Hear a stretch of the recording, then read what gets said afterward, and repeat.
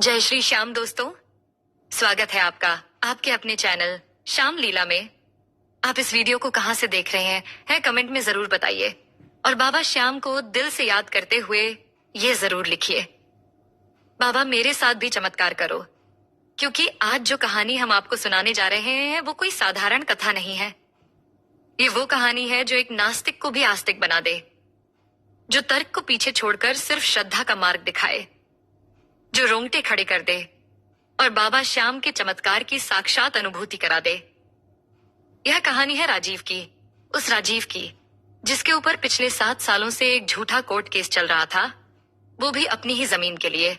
कोई साथ नहीं था, अपने भी मुंह मोड़ चुके थे। सारी दुनिया तमाशा देख रही थी और राजीव बस हार चुका था।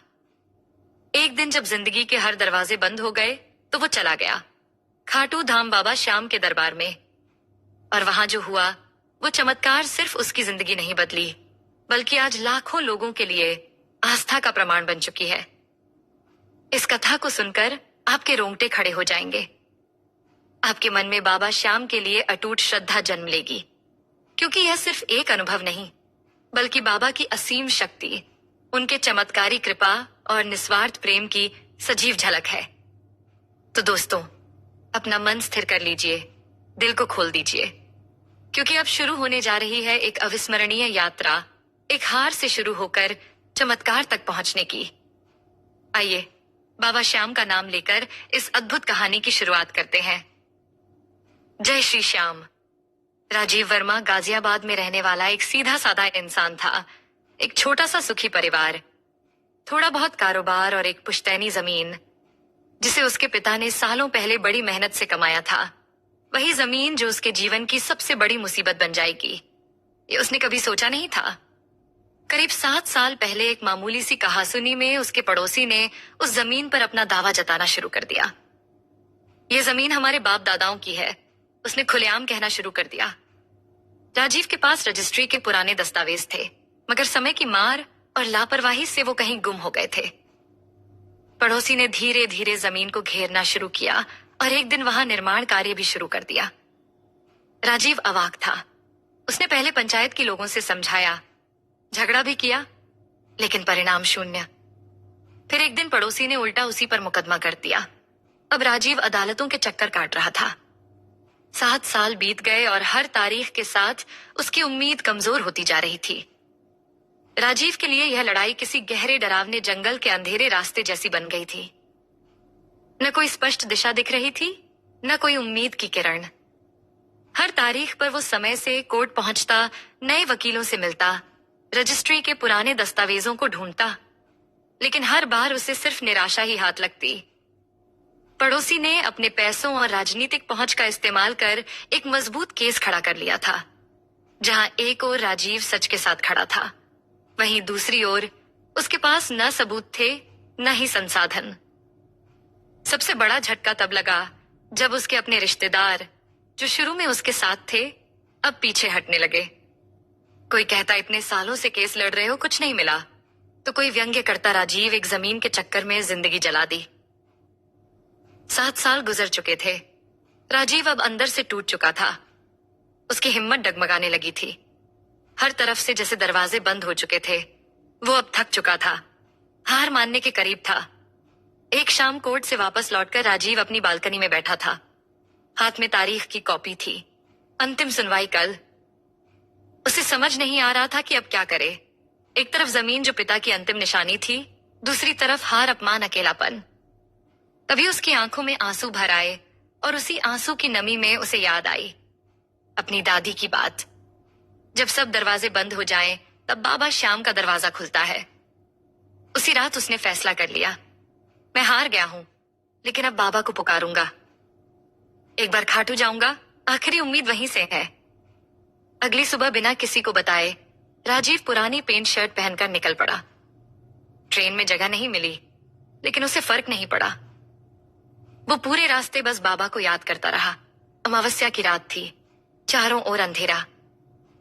खाटू पहुंचते ही जैसे मन को एक अलग सी ठंडक मिली, जैसे कोई कह रहा हो, आ गया, तू बहुत देर कर दी बेटा, लेकिन अब सब ठीक होगा। जब वो बाबा के मुख्य द्वार से अंदर गया तभी एक नीला घोड़ा मंदिर परिसर में दौड़ता हुआ दिखा। आंखों पर यकीन नहीं हुआ, पर लोग कहते हैं बाबा, जब किसी को दर्शन देते हैं तो संकेत में ही देते हैं। राजीव वहीं बैठ गया। बाबा की मूर्ति देखी, मुस्कुराते हुए शांत और जैसे कह रहे हो, अब तू आ गया, अकेला नहीं है। उसकी आंखों से आंसू बहने लगे। बाबा, मेरी नैया डूब रही है, मुझे सहारा दो, मेरी पुश्तैनी जमीन बचा लो। खाटू श्याम जी से लौटते वक्त राजीव के चेहरे पर एक अलग ही सुकून था। उसने अब तक सिर्फ तकलीफें देखी थीं, लेकिन बाबा श्याम के दरबार में जो आंसू बहाए थे वो उसके भीतर से डर और हार दोनों को धो ले गए थे। अब उसे नहीं पता था आगे क्या होगा, पर एक बात तय थी, वो अब अकेला नहीं था। अगली सुबह कोर्ट की आखिरी सुनवाई थी, लेकिन अब भी उसके पास कोई वकील नहीं था। इतने बड़े केस के लिए जितनी फीस मांगी जा रही थी वो तो उसके बस से बाहर थी। घर की हालत पहले से ही डावांडोल थी और अब ये भी। तभी दोपहर के करीब उसका फोन बजा। स्क्रीन पर नाम चमका, अमित भाई। राजीव ने कॉल उठाया। हेलो भाई, क्या हाल है? अमित ने पूछा। राजीव ने जवाब दिया, लेकिन उसकी आवाज में थकान थी। अमित ने तुरंत पकड़ लिया। कुछ तो है, तेरी आवाज में क्या बात है? इतने दिनों से जो दर्द राजीव अकेले सहता आया था वो अब रुक न सका। उसने सब कुछ कह डाला। केस की हालत, कागजों की कमी और पैसे की तंगी। फोन पर कुछ सेकंड खामोशी छाई रही। फिर अमित बोला, भाई अब चिंता छोड़ दे, मैं हाई कोर्ट में प्रैक्टिस करता हूं और अब ये केस मैं खुद लड़ूंगा। फीस की बात मत कर, तूने मेरे बुरे वक्त में साथ दिया था, अब मेरी बारी है। राजीव ने कहा, लेकिन मेरे पास पुराने कागज नहीं है, सेल डीड भी नहीं मिल रही। अमित मुस्कुराया, तू बस रिकॉर्ड्स डिपार्टमेंट से जो मिल सके वो निकाल, बाकी छोड़ दे। मुझ पर अब बाबा का नाम लेकर तैयार हो जा। राजीव ने बाबा श्याम के आशीर्वाद का नाम लेकर जैसे तैसे रिकॉर्ड विभाग से जरूरी दस्तावेज निकलवाए। पुरानी रसीदें, रिकॉर्ड एंट्री, जमीन के नक्शे, जो मिल सकता था सब इकट्ठा किया। उधर अमित दिन रात मेहनत करके पूरा केस खंगाला, सबूतों की कड़ियां जोड़ी और पूरी फाइल तैयार कर डाली। अगली सुबह जब कोर्ट में सुनवाई हुई तो राजीव की धड़कनें तेज थीं। वो बेंच पर बैठा हुआ बस बाबा का नाम जप रहा था। जैसे ही अमित ने केस की पैरवी शुरू की, पूरा कोर्ट रूम शांत हो गया। उसने ठोस तर्क, डिजिटल दस्तावेजेस, पुराने नक्शे और रसीदों के साथ पूरा सच अदालत के सामने रखा। हर बात इतनी स्पष्ट थी कि विपक्ष के वकील के पास कोई जवाब नहीं बचा। करीब 1 घंटे की सुनवाई के बाद जज ने अपना फैसला सुनाया। प्रस्तुत दस्तावेजों और साक्ष्यों के आधार पर यह सिद्ध होता है कि जमीन का वैध स्वामी राजीव वर्मा है। विपक्षी का दावा अस्वीकार किया जाता है।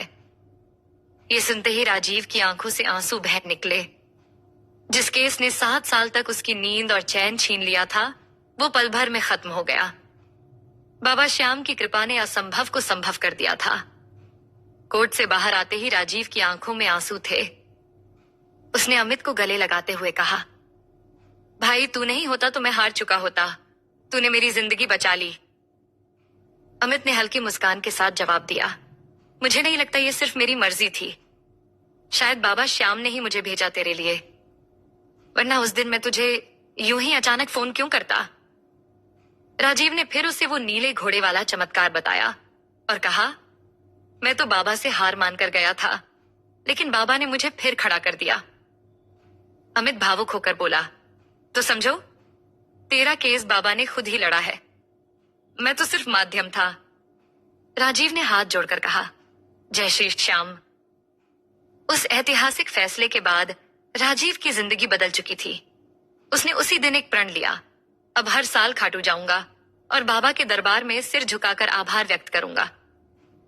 वो जान चुका था कि उस लड़ाई में कोई इंसान नहीं, खुद बाबा श्याम उसके साथ थे। अब जब भी किसी को हारता हुआ देखता है, टूटता हुआ महसूस करता है, तो वो उसे यही सलाह देता है, खाटू चले जाओ। भाई बाबा हारे के सहारे हैं, जहां दुनिया पीठ फेर लेती है वहां बाबा बाहें खोलकर खड़े मिलते हैं। राजीव के लिए खाटू अब बस एक तीर्थ नहीं रहा, वो तो उसकी उम्मीदों का ठिकाना बन गया।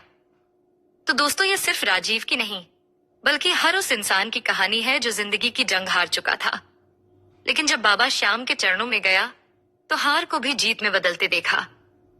अगर ये सच्ची घटना आपके दिल को छू गई हो तो एक बार कमेंट में पूरे विश्वास से जरूर लिखें, जय श्री श्याम बाबा, मुझे भी सहारा दो। आपका हर शब्द बाबा तक जरूर पहुंचता है। और अगर आप चाहते हैं कि ऐसी ही सच्ची चमत्कारी कहानियां आप तक लगातार पहुंचती रहें तो हमारे चैनल श्याम लीला को सब्सक्राइब करना न भूलें। बेल आइकन जरूर दबाएं ताकि बाबा की हर लीला आप तक सबसे पहले पहुंचे, क्योंकि जहां सच्ची श्रद्धा होती है वहां बाबा खुद मुस्कुराकर रास्ता दिखाते हैं। जय श्री श्याम।